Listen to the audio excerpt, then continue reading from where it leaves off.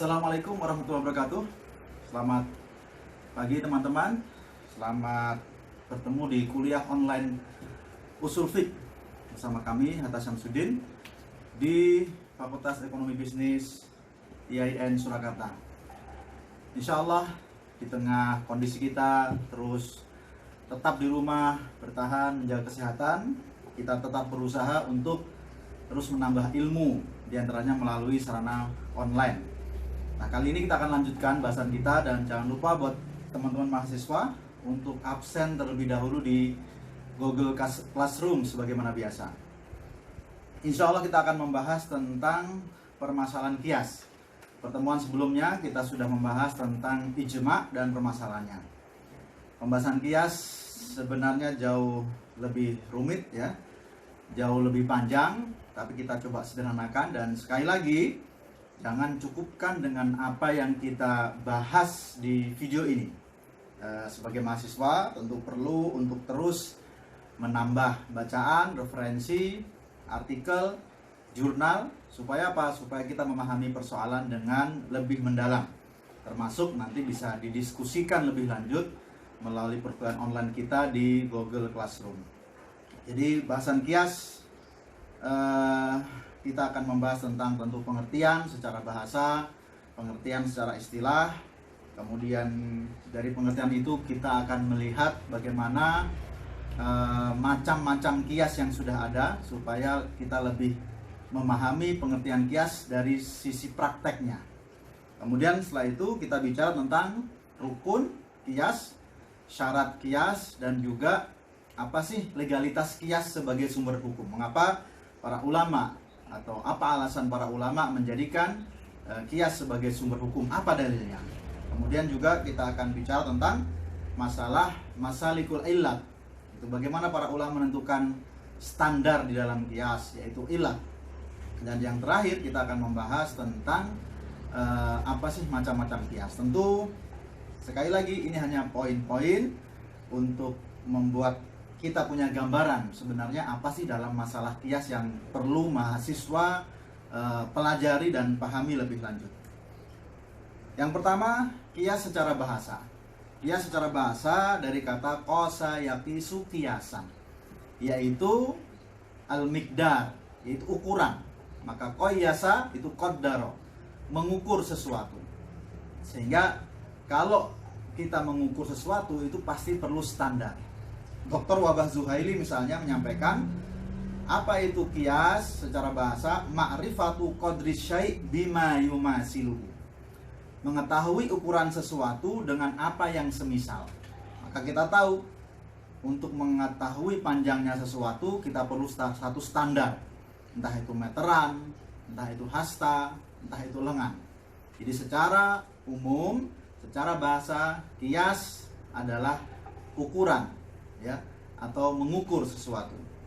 Kemudian bagaimana secara istilah? Nah, kalau bicara secara istilah tentu yang dimaksud di sini adalah istilah usuliyin, istilah para ulama usul fiqh. Disebutkan apa qiyas itu? Ilhaku waqi'ah la nassa ala hukmiha biwaqi'ah warada nas bihukmiha fil hukmil ladzi warada bihin nas litasawi alwaqi'atain fi illati hadal hukm. Apa itu qiyas? Menyamakan satu hukum atas peristiwa atau perbuatan yang tidak ada disebutkan hukumnya dalam nas. Menyamakan ya. Disamakan dengan apa? Disamakan dengan peristiwa lain, perbuatan lain yang sudah jelas ada hukumnya di dalam nas. Maka disamakan hukumnya. Kenapa? Karena ada kesamaan illat. Ada kesamaan illat, alasan yang jelas dari hukum tersebut. Jadi kita tahu misalnya, jadi qiyas ini adalah metodologi ijtihad ya. Salah satu metodologi ijtihad. Kita pernah mengingat bagaimana ketika itu Rasulullah SAW, beliau mengutus Mu'adz bin Jabal untuk menjadi dai sekaligus menjadi utusan Rasulullah SAW di Yaman. Kemudian sebelum berangkat di fit and proper test oleh Rasulullah SAW dengan mengatakan, dengan apa engkau akan berhukum nanti? Maka dijawab oleh Mu'ad yang pertama dengan bikitabillah, tentu mengambil dari Al-Quran. Kemudian ditanya lagi oleh Rasulullah SAW, bagaimana kalau tidak ada dalam Al-Quran? Maka dijawab, maka dengan sunnah Rasulullah SAW. Kemudian dikejar lagi oleh Rasulullah SAW, namanya juga fit and proper test ya.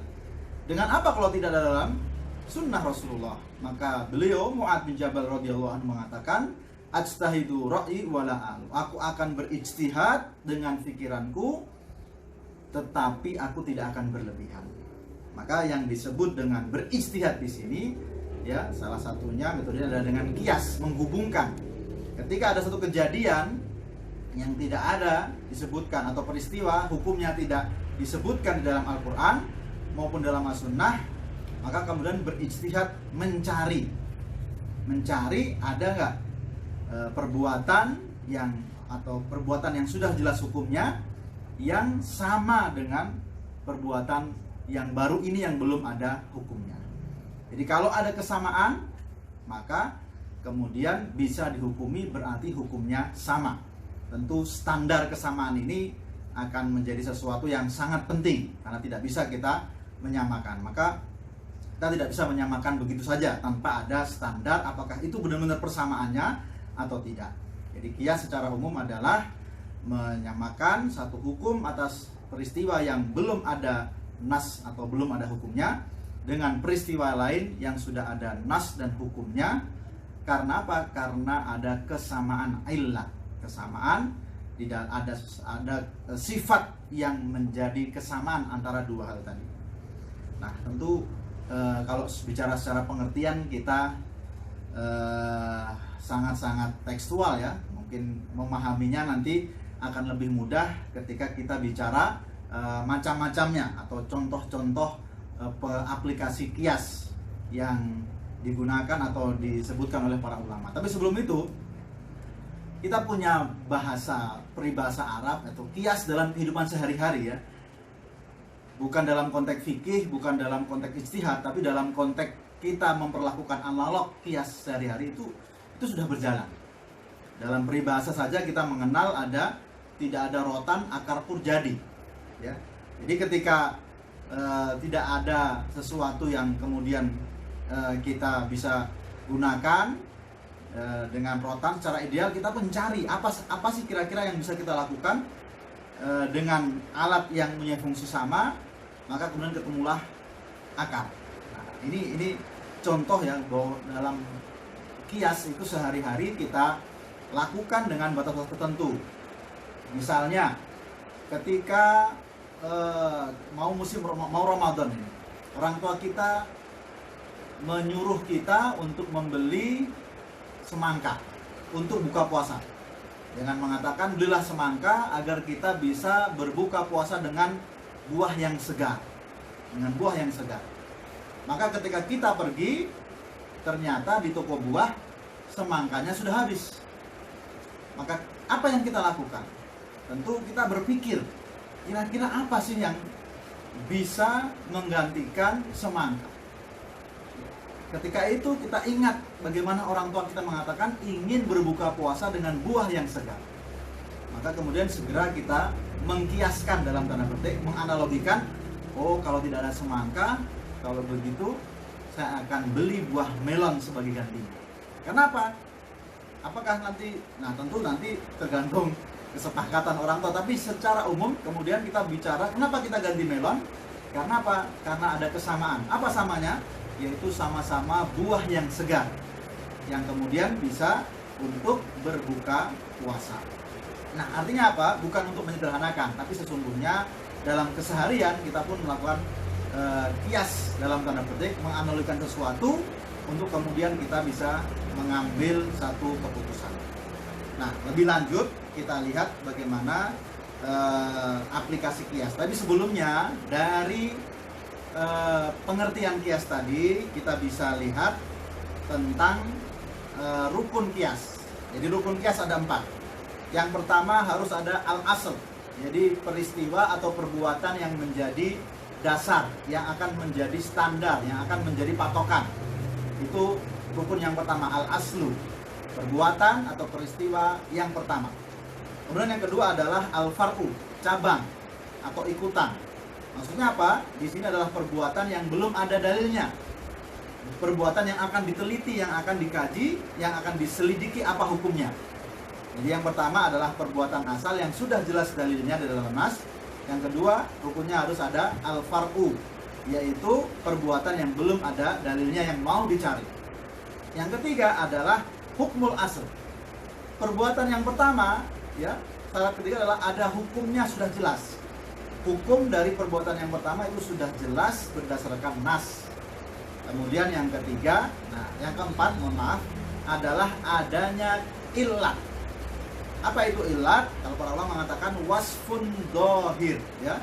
Jadi ada satu sifat yang jelas yang menjadi persamaan antara hukum, antara peristiwa pertama, peristiwa asal, dengan peristiwa cabang dalam al-far'u tadi. Jadi ada illatnya. Yang pertama apa tadi? Kita ulang. Pertama ada al-aslu, ada peristiwa pertama asal yang sudah jelas hukumnya. Ada al-far'u, peristiwa cabang yang belum diketahui hukumnya, yang tidak ada hukumnya dalam nas. Yang ketiga adalah hukum peristiwa yang pertama, hukumul aslu. Dan yang keempat adalah ada illat, adanya alasan persamaan hukum tersebut. Nah, dari empat ini, dari rukun qiyas serta pengertiannya tadi, kita coba aplikasikan di contoh-contoh qiyas. Nah, yang paling terkenal adalah tentang masalah mengkiaskan pengharaman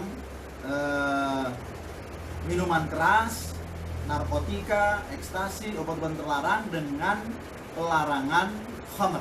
Nah, kenapa ini menjadi penting? Pertama, karena yang dilarang di dalam Al-Quran itu adalah khamr, pelarangan khamr. Di dalam surat Al-Maidah 6 dikatakan, ya, innamal khamru wal maisir wal ansabu wal azlamu rijsun min amali syaitan fajtanibuhu. Jadi khamr kita diminta untuk menjauhi, satu bentuk keharaman.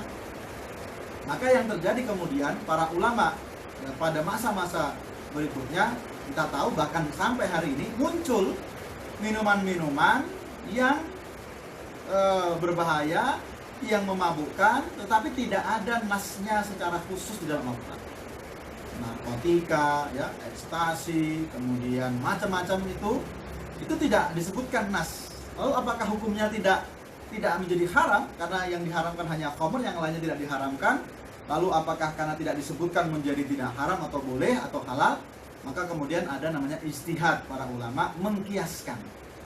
Kira-kira apa sih yang menjadi sebab inti pelarangan khamr? Maka kemudian kita tahu bahwa illatnya, ya, illat dari pelarangan khamr adalah iskar, karena memabukkan. Maka dengan demikian, ketika bertemu dengan satu permasalahan, apakah minuman yang memabukkan ini haram atau tidak? Apakah minuman-minuman jenis baru ini itu memabukkan, itu haram atau tidak? Kemudian dilihat illatnya. Oh, ternyata sama-sama mabukkan, bahkan lebih berbahaya. Minuman keras, ya, dengan berbagai macamnya. Oh, ternyata memabukkan. Maka dengan illat yang sama, maka hukumnya narkotika, obat-obatan terlarang, minuman keras dihukumi haram sebagaimana khamr. Karena apa? Karena sama-sama memabukkan. Maka ini contoh, ya, betapa qiyas itu, bayangkan kalau tidak ada qiyas, ya, bisa terjadi atau kita bisa melihat tentu akan semakin panjang perdebatan tentang satu hal. Seandainya tidak ada qiyas, maka qiyas menyelesaikan masalah-masalah kontemporer. Contohnya tadi yang baru kita bahas, yang dilarang khamr, sementara yang lainnya tidak disebutkan secara minuman-minuman yang kontemporer, tidak ada nasnya dalam Al-Quran dan hadis. Maka para ulama menjadikan qiyas untuk kemudian menjadi dalil, menjadi metodologi dalam menetapkan hukum, hukumnya menjadi ikut haram juga. Nah, itu contoh aplikasi qiyas di dalam masalah pelarangan, dalam pelarangan minuman keras dengan dikiaskan pelarangan khamr. Berarti ada rukunnya, kalau kita analisa, ya, rukun yang pertama al-aslu. Perbuatan pertamanya apa itu? Meminum khamr, ya. Dan al-far'u, perbuatan cabang yang akan diselidiki, meminum minuman keras yang lain, yang kontemporer, yang hari ini, minum narkotika misalnya. Kemudian yang ketiga, hukum asal. Hukumnya, ya, hukum asal adalah haram. berdasarkan tadi surat Al-Maidah, fajtanibuhu, diharamkan khamar. Kemudian illat adakah kesamaan antara pertama dan kedua, antara meminum khamar dengan mengkonsumsi obat-obatan terlarang? Ternyata ada illatnya, yaitu memabukkan, sama-sama memabukkan, bahkan lebih berbahaya juga obat-obatan yang terlarang. Maka kemudian dari situlah kemudian keluar hasil hukumnya adalah berarti obat-obatan terlarang, ya, narkotika dan seterusnya juga dihukumi haram. Nah, itu contoh bagaimana aplikasi qiyas yang dijalankan para ulama. Jadi jelas ada rukunnya. Aplikasi yang lain misalnya, kita sudah pernah membahas di kelas sebelumnya bahwa kita ada hadis Rasulullah SAW yang mengatakan ya la yarisul qatil, seorang pembunuh tidak akan mendapatkan warisan dari yang dibunuh. Nah, ini hadis Rasulullah SAW menjelaskan terlarangnya, haramnya orang yang membunuh mendapatkan warisan dari yang dibunuh. Misalnya ya, ada seorang kaya raya, sudah tua, sakit-sakitan, anaknya tidak punya akhlak, tidak punya agama, tidak punya tidak ada kesolehan, dan dia minta kepada orang tuanya uang tidak dikabulkan karena dia tidak bisa mengelola dengan baik. Maka dia berencana untuk membunuh sang ayah agar mendapatkan warisan, agar dia segera mendapatkan keinginan hartanya. Maka di dalam hukum Islam kita tahu berdasarkan hadis Rasulullah SAW, ketika benar dia dengan membunuh, maka yang terjadi dan ketika terbukti, maka justru pembunuh ini sang anak tidak mendapatkan warisan, diharamkan warisan dari orang tuanya tadi yang terbunuh. Maka kemudian ada pertanyaan juga, bagaimana kalau yang membunuh itu bukan ahli waris tapi orang yang diberi wasiat? Nah, sebelumnya kita perlu tahu ya, yang namanya wasiat itu salah satunya adalah wasiat harta. Ya, jadi wasiat tidak selamanya ketika orang sakit kemudian tolong saya berwasiat agar makan saya di sana di sini, bukan soal itu.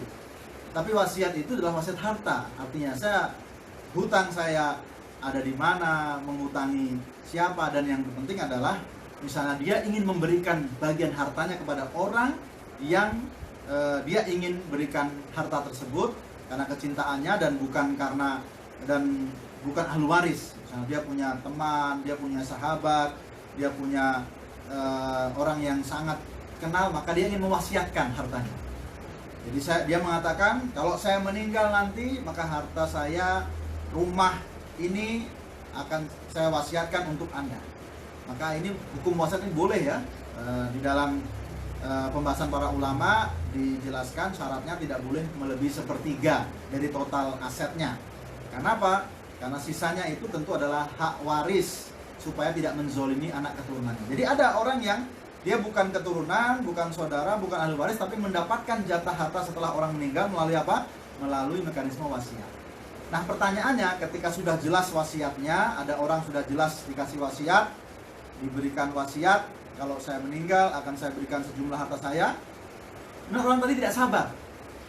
Orang tadi tidak sabar dan kemudian membunuh yang memberi wasiat dengan harapan ingin segera mendapatkan wasiat tersebut. Maka pertanyaannya, apakah orang yang membunuh ini juga, apakah orang yang membunuh ini itu diharamkan mendapatkan wasiat atau tetap mendapatkan wasiat? Maka di sini kemudian kita lihat dihubungkan dengan peristiwa pertama. Peristiwa pertama apa?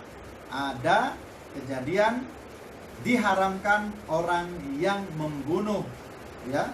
Orang yang membunuh, ahli warisnya tadi diharamkan, dia tidak mendapatkan warisan. Kemudian yang kedua, bagaimana kalau yang membunuh itu yang diberikan wasiat? Apakah dia mendapatkan atau tidak? Yang ketiga, hukum dari orang yang membunuh kepada misalnya ayahnya, maka hukumnya jelas, terlarang dari harta warisnya. Nah, kemudian para ulama menentukan berdasarkan adanya kesamaan antara pembunuh tadi, waris, dengan pembunuh yang wasiat tadi, ada kesamaan. Apa itu kesamaannya? Yaitu istijalus syai' qabla awanihi. Jadi dia menginginkan sesuatu sebelum waktunya. Yang ahli waris ingin harta padahal belum meninggal. Yang wasiat juga, karena syarat wasiat berlaku kalau sudah meninggal. Yang wasiat, dia juga menginginkan hartanya, padahal yang berwasiat belum meninggal. Maka atas kesamaan itu kemudian diharamkan juga yang orang yang sudah diberikan wasiat tapi dia membunuh orang yang memberikan dia harta melalui wasiat, maka kemudian juga diharamkan mendapatkannya karena ada kesamaan, sama-sama istijalu syai' qabla awani, tergesa-gesa sebelum waktunya. Maka jadi kita ini menjadi satu pelajaran besar ya, menjadi pelajaran besar. Kemudian begitu pula dalam masalah ini prakteknya ya, supaya kita memahami kias. Dalam masalah larangan jual beli ketika ada waktu Jumat ya, sholat Jumat. Ini didasarkan dalam ayat Al-Qur'an sudah jelas, ya ayyuhalladzina amanu idza nudiya lis-sholati min yaumil jum'ah fas'au ila dzikrillah wa darul bai'. Ya. Jauhilah, tinggalkanlah jual beli. Maka kemudian ada pertanyaan, yang disebutkan di dalam ayat adalah jual beli. Maka yang terlarang adalah jual beli. Maka bagaimana dengan yang selain jual beli? Karena kita tahu dalam muamalat itu banyak, bukan hanya jual beli. Ada muamalat yang berupa ijarah, ya, sewa menyewa. Ada juga yang berupa gadai, ar-rahan. Jadi ada banyak jenis muamalat. Pertanyaannya, apakah jenis muamalat ini juga boleh dilakukan ketika azan Jumat sudah berkumandang, waktu sholat Jumat, atau dilarang? Maka kemudian kita tahu dihubungkan. Ada peristiwa pertama, jual beli ketika azan Jumat, ketika waktu Jumat. Yang kedua hukumnya, yang kedua adalah peristiwa cabangnya, yaitu bagaimana dengan muamalat yang lainnya, yaitu bagaimana sewa menyewa, bagaimana gadai, ya. Jenis muamalat banyak sekali. Yang ketiga hukumnya, hukum yang pertama terlarang. Nah, kira-kira apa ilatnya yang menyamakan antara peristiwa pertama dan kedua? Maka para ulama menemukan ilatnya adalah syagluha anis sholah, sesuatu yang menyibukkan dari sholat. Jual beli menyibukkan dari sholat, maka itu terlarang. Maka dengan demikian ketika ketemu standarnya, ilatnya adalah menyibukkan dari sholat, maka segala muamalat tadi dikatakan, bagaimana ijarah, sewa menyewa, bagaimana musyarakah, bagaimana mudharabah, bagaimana rohan, itu juga mempunyai sifat yang sama yang kelihatan, yaitu apa? Sama-sama menyibukkan dari sholat. Maka atas dasar itu kemudian itu juga sesuatu yang dilarang. Jadi dari contoh-contoh kias ini kita bisa melihat ya, membayangkan bagaimana makna kias ya, bagaimana pemahaman kita tentang kias, bagaimana para ulama menetapkan hukum dengan cara kias. Awalnya tidak disebutkan di dalam Al-Quran dan Sunnah, dengan cara kias dicari hukum yang ada di dalam Al-Quran dan Sunnah, ketemu persamaannya, maka ditetapkanlah hukum baru atas peristiwa kedua tadi. Kemudian kita bicara tentang hujjiyatu qiyas. Jadi legalitas qiyas sebagai dasar hukum. Bagaimana, apakah qiyas itu mempunyai dasar ya, sehingga kemudian dijadikan sumber hukum sebagai salah satu metodologi penetapan sumber hukum oleh para ulama. Maka yang pertama, dasar yang pertama adalah diambil dari ayat Al-Qur'an. Jadi surat An-Nisa ayat 59 kita tahu, ya ayyuhalladzina amanu atiullaha wa atiur rasul wa ulil amri minkum fa in tanaza'tum fi syai'in farudduhu ilallahi war rasul. Ila akhir ayat. Jadi di dalam ayat ini pertama kewajiban taat kepada Allah, kepada Rasul dan ulil amri. Kemudian juga ada ungkapan fa in tanaza'tum fi syai'in farudduhu ilallahi war rasul. Kalau berselisih dalam sesuatu, dalam satu hal, satu masalah, maka kembalikanlah kepada Allah dan Rasulnya. Maka yang disebut dengan ar-rudud, ar-rab ilallah wa rasul, mengembalikan kepada Al-Quran, mereka as-sunnah, adalah dengan mengkiaskannya. Cari, melihat, meneliti, mengkaji apa persamaan-persamaan sebagaimana yang ada hukumnya dalam Al-Quran dan Sunnah. Maka itulah salah satu dasar kenapa disyariatkan atau dibolehkannya kias adalah dengan ayat surat An-Nisa ayat 59. Bagaimana kita diminta mengembalikan persoalan kepada Al-Quran dan Sunnah, yang dimaksud dengan mencari persamaannya, mengkiaskan dengan hal-hal yang sudah dijelaskan dalam Al-Quran dan Sunnah. Kemudian dasar hukum yang lain bagi kias ada di dalam surat Al-Hasr, dalam ayat 2 yang panjang, kemudian diakhiri dengan apa? Fa'tabiru ya ulil absar. Ambillah pelajaran, wahai orang-orang yang akal, wahai orang-orang yang cerdas. Fa'tabiru ya ulil absar. Maka orang beriman diminta mengambil pelajaran.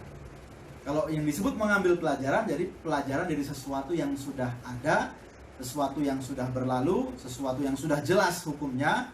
Maka dari situ ini juga menjadi salah satu inspirasi, motivasi, dasar kebolehan kias. Karena kias sendiri adalah mengambil satu pelajaran dari satu hukum yang sudah ada. Mengambil satu pelajaran dari satu hukum yang sudah ada.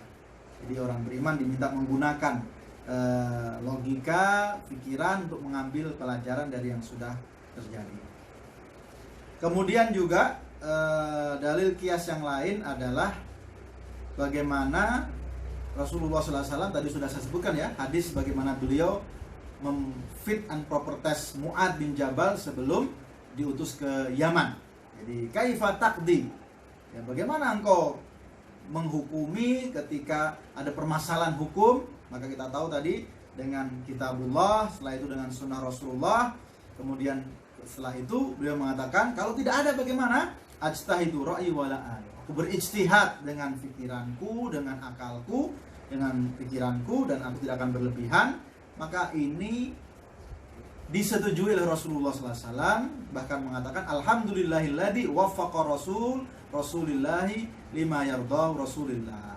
Ya, semoga Allah memberikan taufik. Alhamdulillah, beliau bersyukur atas jawaban tadi, menunjukkan persetujuan. Jadi ini juga jadi kias. Yang menarik juga adalah yang juga menjadi dalil kias adalah perbuatan Rasulullah.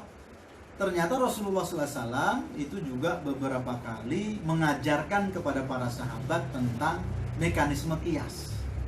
Walaupun tidak secara khusus beliau mengatakan kias adalah ini, tapi beliau memancing para sahabat untuk menggunakan kias. Misalnya ketika itu kita tahu Umar bin Khattab pernah dengan kondisi gelisah, dengan kondisi sedikit bingung mendatangi Rasulullah SAW mengatakan, ya Rasulullah, ini sona'tu amran aziman. Aku berbuat sesuatu yang besar, sesuatu yang agung. Kenapa? Karena ternyata beliau bercerita, aku mencium istri dalam kondisi berpuasa. Maka kemudian Rasulullah SAW bisa saja kalau beliau langsung mengatakan, oh itu haram, oh itu halal, oh itu batal atau tidak batal, bisa saja Rasulullah langsung menjawab seperti itu. Tapi beliau memancing dan seolah-olah ingin mengajarkan kias kepada sahabat dengan mengatakan, bagaimana pendapatmu? Ara'aita lau tamat matta bil ma' wa antas shaim.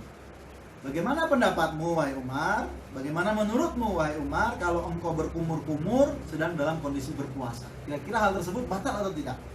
Maka Umar mengatakan la ba'sa bidzalik.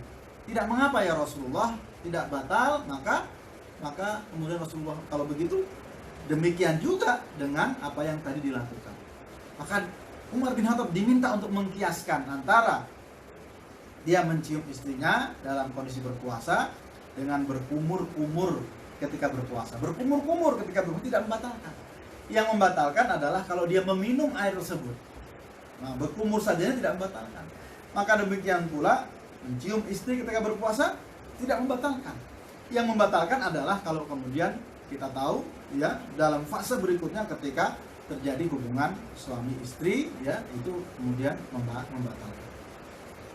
Kemudian juga Rasulullah SAW pernah didatangi oleh seorang perempuan yang bertanya, sesungguhnya dia punya orang tua yang mempunyai hutang haji ya, atau sudah mempunyai niatan untuk berhaji tapi kemudian meninggal, lalu bertanya, bagaimana kalau aku menunaikan haji atas ayahku, atas nama ayahku, menggantikan haji beliau, bagaimana? Maka sebenarnya bisa saja Rasulullah SAW menjawab bisa atau tidak, tapi beliau ingin mengajarkan kias kepada kita dengan mengatakan ara'aita law kana ala abika dainun faqadaitahu akana yanfa'u dzalika. Bagaimana kalau seandainya orang tuamu itu punya hutang lalu engkau melunasinya, apakah itu bermanfaat? Maka dijawab tentu, "Na'am, betul. Itu bisa ya Rasulullah." Maka Rasulullah SAW mengatakan fadainullah ahaqqu bil qada. Maka hutang kepada Allah jelas lebih berhak untuk ditunaikan. Maka diberikan. Kalau ayahmu punya hutang, kau tunaikan, itu bisa. Maka demikian pula kalau punya hutang haji terkait hutang kepada Allah, maka kalau engkau mau menggantikan, menunaikan, maka itu juga akan bisa. Maka ini juga artinya Rasulullah SAW memberikan contoh tentang kias. Kemudian juga ada seorang yang menghadap Rasulullah SAW, dia bingung dan dia mengingkari karena apa? Dia punya bayi baru lahir, ya, ternyata bayinya itu berkulit hitam, ya. Maka seolah-olah dia mengingkari, ini jangan-jangan bukan anak saya ini, ya. Maka kemudian Rasulullah SAW bertanya, apakah engkau punya onta? Ya, punya. Apa warnanya? Dikatakan warnanya putih. Kemudian apakah di sana ada sedikit hitam-hitamnya? Nah, ada. Ya. Lalu dari mana itu? Famin aina. Kemudian orang tadi mengatakan itu bisa jadi dari keturunannya dahulu, ya, dari keturunannya dari nenek moyangnya onta tadi yang dulu.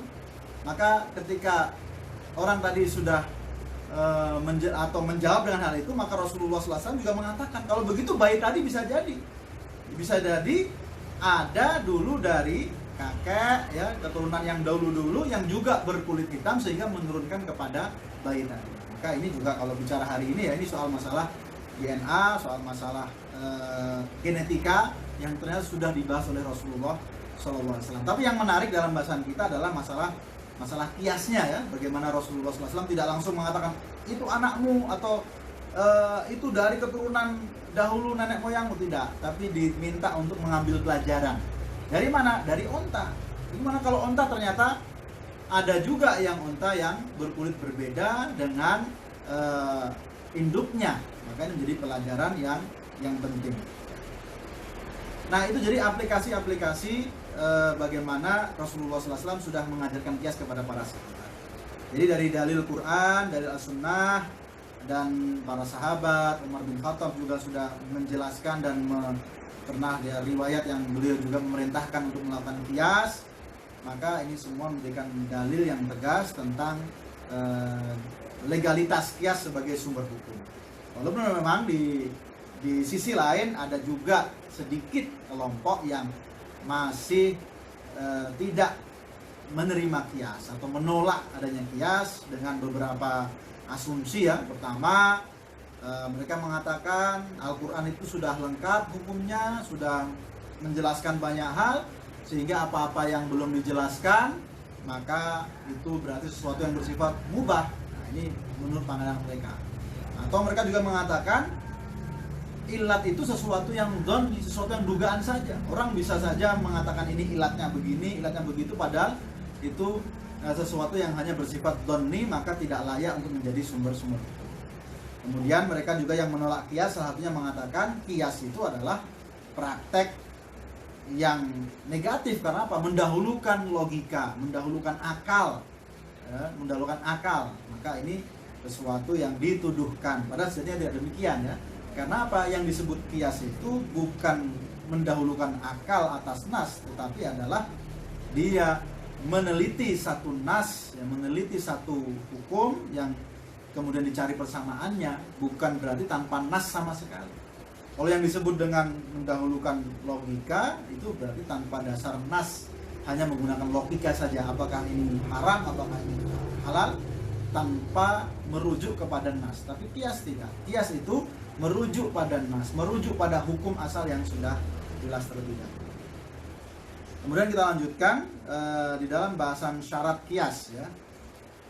Saya percepat saja. Apa itu syarat kias? Syarat kias yang pertama, al-aslu, yaitu perbuatan yang menjadi standar awal, itu adalah perbuatan yang memang sudah jelas hukumnya berdasarkan nas.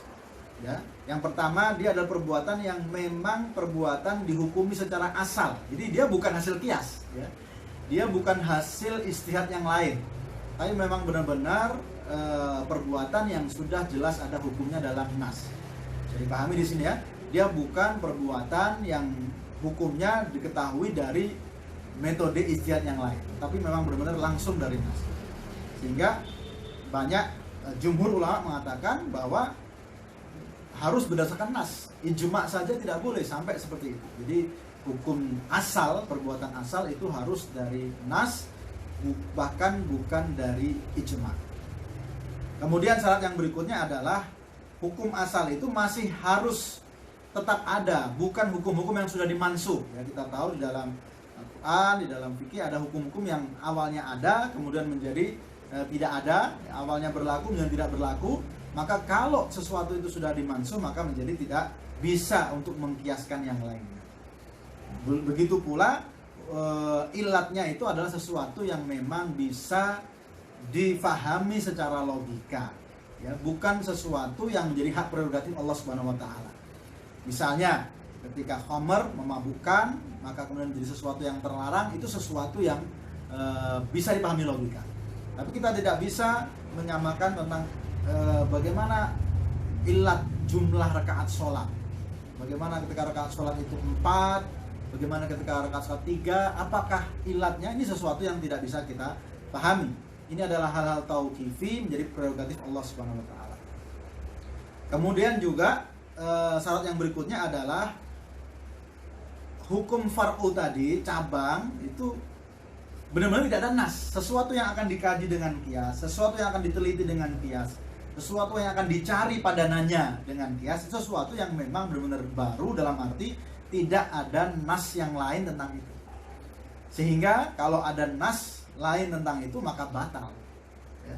Makanya sudah sering disebutkan ya, para ulama mengatakan la ijtihad ma'an nas, ya, tidak ada ijtihad dengan, kalau sudah ada nasnya yang dipakai ya nasnya itu dalam menentukan hukum, tidak boleh dengan kias, tidak boleh dengan lain-lain. Maka ini kita bisa lihat misalnya Abu Hanifah ya, Imam Abu Hanifah itu menjelaskan ketika bicara kafaroh, bagaimana membayar ya satu hukuman, ada namanya kafaroh sumpah, ada namanya kafaroh diat ya, ketika pembunuhan tidak sengaja atau para keluarganya memaafkan, maka tidak ada kias diganti dengan diat. Maka dalam surat Al-Maidah itu disebutkan tahriru raqabah saja, membebaskan budak, salah satunya ya, membebaskan budak tanpa embel-embel apakah itu budak muslim atau budak non muslim.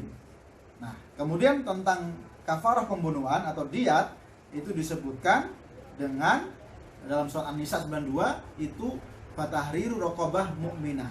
Jadi membebaskan budak yang beriman, budak yang muslim, budak yang mukmin. Maka ketika ada yang mengkiaskan, oh kalau dalam membayar diat ya, pembebasan kafarah pembunuhan yang apa tadi, yang khotok tadi, itu yang dibebaskan adalah budak yang muslim, maka kalau begitu dikiaskan ini. Kalau begitu dalam kafarah sumpah itu juga yang dimaksud membebaskan budak adalah budak muslim.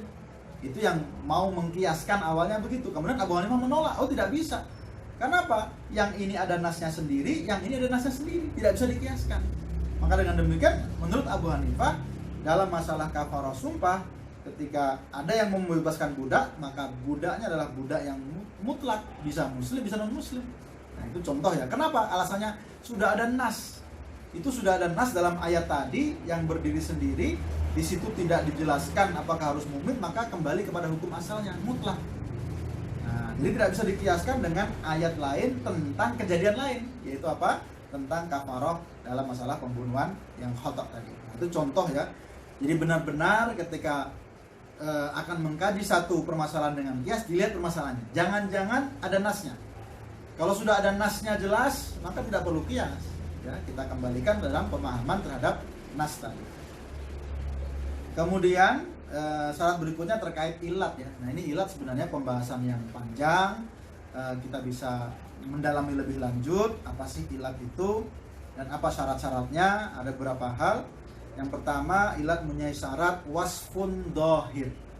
Jadi mempunyai sifat yang jelas, mudah ya, mudah tertangkap dengan panca indera dengan mudah. Contohnya sifat memabukkan, illah iskar di dalam khamr. Itu sesuatu yang mudah terlihat. Sifat memabukkan di dalam khamr dan sifat memabukkan di dalam yang selain khamr itu mudah terlihat, bisa ditangkap dengan indera. Bahkan bisa diteliti ya, bagaimana kandungan minuman yang ternyata bisa memabukkan itu, bagaimana syaratnya, bagaimana kandungannya, ternyata itu sesuatu yang bisa diteliti, bisa benar-benar menjadi sifat yang jelas, menjadi ilat. Yang kemudian yang berikutnya adalah wasfun mundobit, terukur. Jadi ilat itu harus sesuatu yang bisa terukur. Bagaimana contohnya? Seorang yang tadi dia ahli waris yang membunuh ahli warisnya, maka di situ kemudian terukur bahwa dia membunuhnya dengan kesengajaan, ya, membunuhnya dengan kesengajaan yang itu bisa diukur seorang dalam pembunuhan ya, antara dia membunuh dengan sengaja, membunuh dengan tidak sengaja, itu bisa sesuatu yang terukur. Maka kemudian bisa menjadi ilat itu. Contoh kalau sesuatu yang tidak terukur begini, tentang kebolehan berbuka. Kalau kebolehan berbuka itu adalah untuk mencegah kesusahan, ya. Kalau ada masyakoh, kalau ada kesulitan, lalu boleh berbuka, maka ini menjadi sesuatu yang tidak terukur, ya. Sehingga semua orang bisa mengatakan, oh saya boleh berbuka, kenapa? Saya agak kesusahan nih. Padahal namanya orang berpuasa, namanya menahan makan minum seharian, pasti ada masyakoh, pasti ada kesusahan. Bagaimana kalau seorang mengatakan boleh berbuka dengan alasan yaitu masyakoh, ada kesusahan, maka semua boleh berbuka.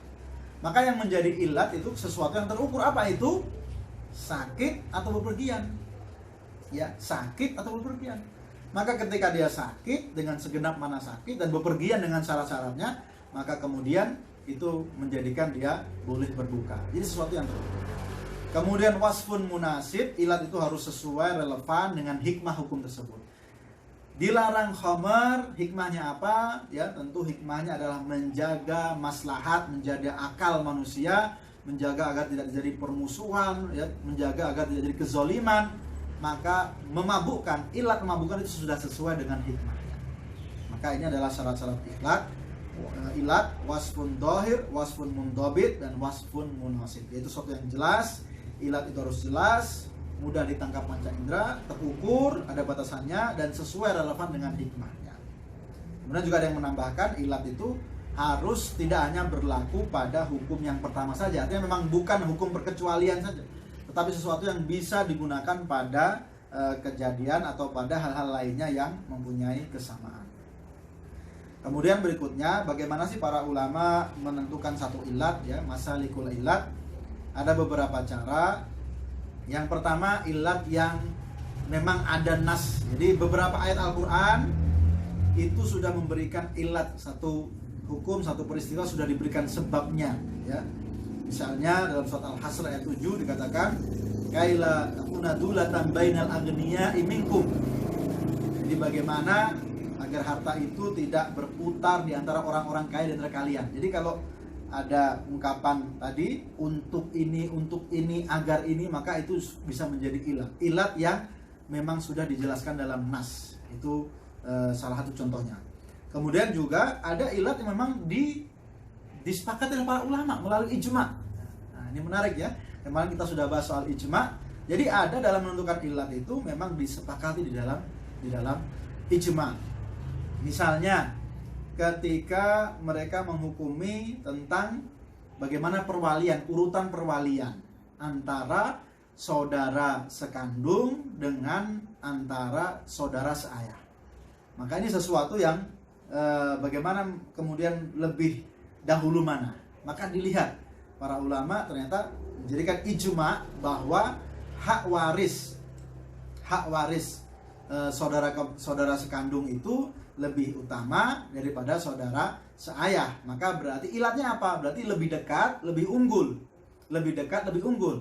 Maka ketika diperlakukan kalau begitu dalam perwalian, demikian pula urutannya harus lebih dahulu saudara sekandung, ya, anak dari saudara sekandung daripada dari saudara seayah. Itu dalam perwalian, ya.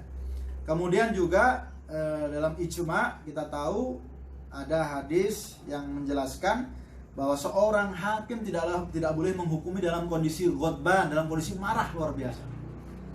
Maka ini kemudian ada ijma yang menjelaskan ilatnya itu apa? Ghadban itu dia marah, berarti sesuatu yang dia menjadikan tidak bisa berpikir dengan tenang, berpikir dengan jernih.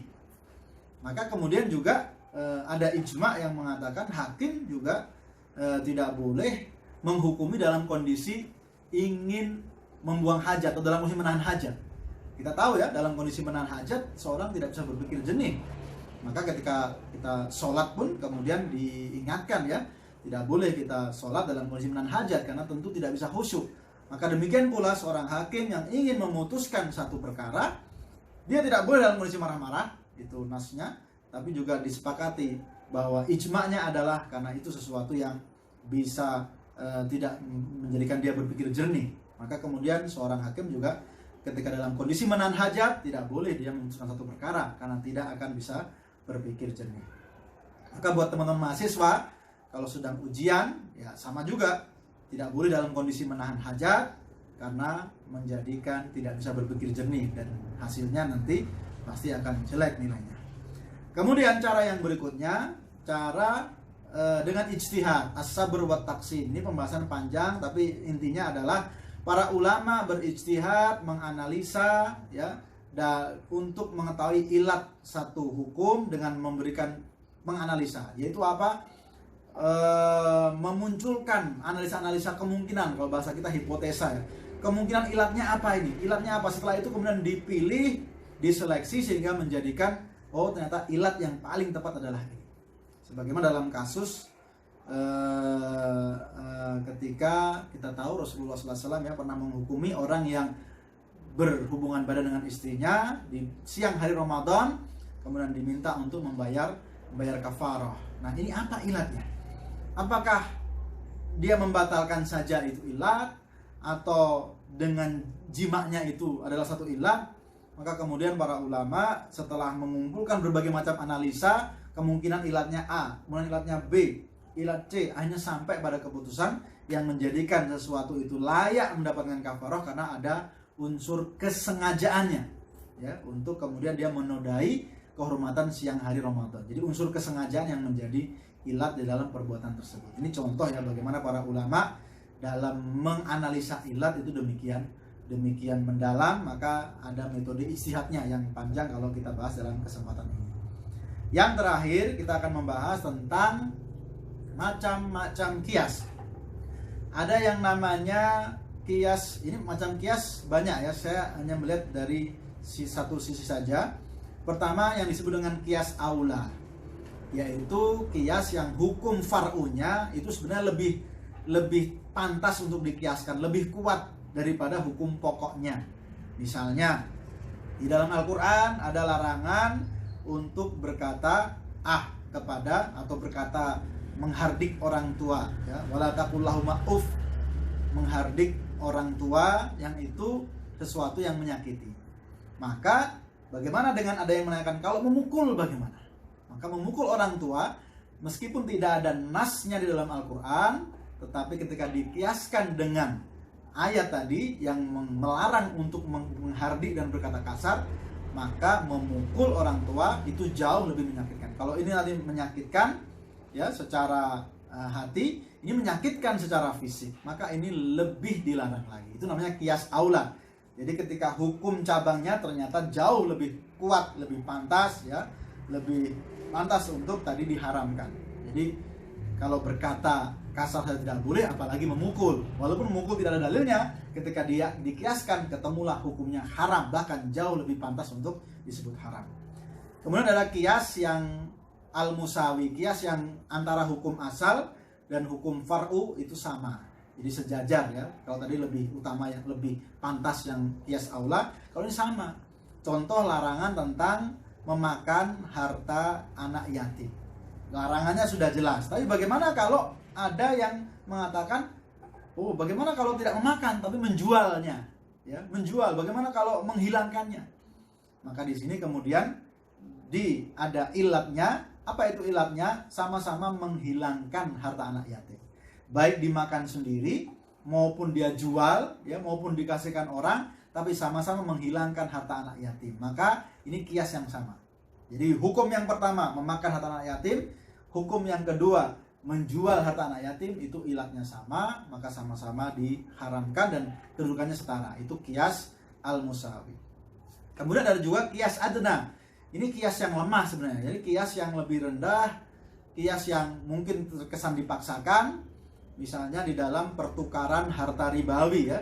Kita tahu bagaimana Rasulullah SAW ada barang-barang yang mempunyai sifat kemungkinan untuk ribawi, dilarang untuk dipertukarkan kecuali dengan aturan-aturan, ya. Misalnya gandum tidak boleh 1 kilo ditukarkan dengan gandum lain yang 2 kilo, ya, karena ada kesamaan dan itu adalah itu adalah riba fadl, maka dilarang Rasulullah SAW. Lalu bagaimana dengan barang lain? Apakah seperti itu? Maka kemudian ada yang mengkiaskan, oh kalau begitu apel juga tidak boleh. Ya, buah apel tidak boleh karena apel 1 kilo tidak boleh ditukarkan dengan apel 2 kilo. Dengan menyamakan dengan larangan gandum tadi. Ya, maka ini adalah kias yang lemah. Karena sesungguhnya bisa jadi di dalam ilat yang lebih tepat dalam masalah ini adalah tentang sesuatu yang ya, sesuatu yang bahan makanan pokok dan sesuatu yang bisa diukur dan bertahan lama. Jadi kalaupun apel itu memang bisa diukur, dia bisa 1 kilo, 2 kilo, tapi dia tidak memenuhi syarat-syarat yang lain, dia tidak bertahan lama dan juga bukan makanan pokok, maka kemudian ini adalah salah satu contoh kias yang lemah. Jadi seharusnya tidak berlaku. Nah, ini demikian. Jadi tentu menyisakan masih banyak diskusi, pendalaman. Ini untuk sekedar menguatkan dan mengingatkan. Semoga teman-teman mahasiswa supaya tidak bingung, dibaca kembali, dipahami secara pelan-pelan. Video ini hanya mengantarkan saja pada diskusi. Insya Allah lebih lanjut kita akan perdalam melalui diskusi di Google Classroom, ya, jangan lupa. Dan juga ada tugas yang menanti. Insya Allah kita niatkan di tengah kesibukan atau di tengah kegelisahan dan kegundahan kita menghadapi penyebaran COVID-19 ini, kita niatkan kita tetap semangat dalam belajar, semangat dalam menuntut ilmu, dan insya Allah semoga Allah Subhanahu wa Ta'ala berikan kemudahan kepada kita. Demikian, semoga sehat selalu, stay at home, tetap di rumah saja, bantu orang tua, banyak ibadah, jaga kesehatan, dan selamat bertemu kembali dalam kesempatan berikutnya. Mohon maaf. Assalamualaikum warahmatullahi wabarakatuh.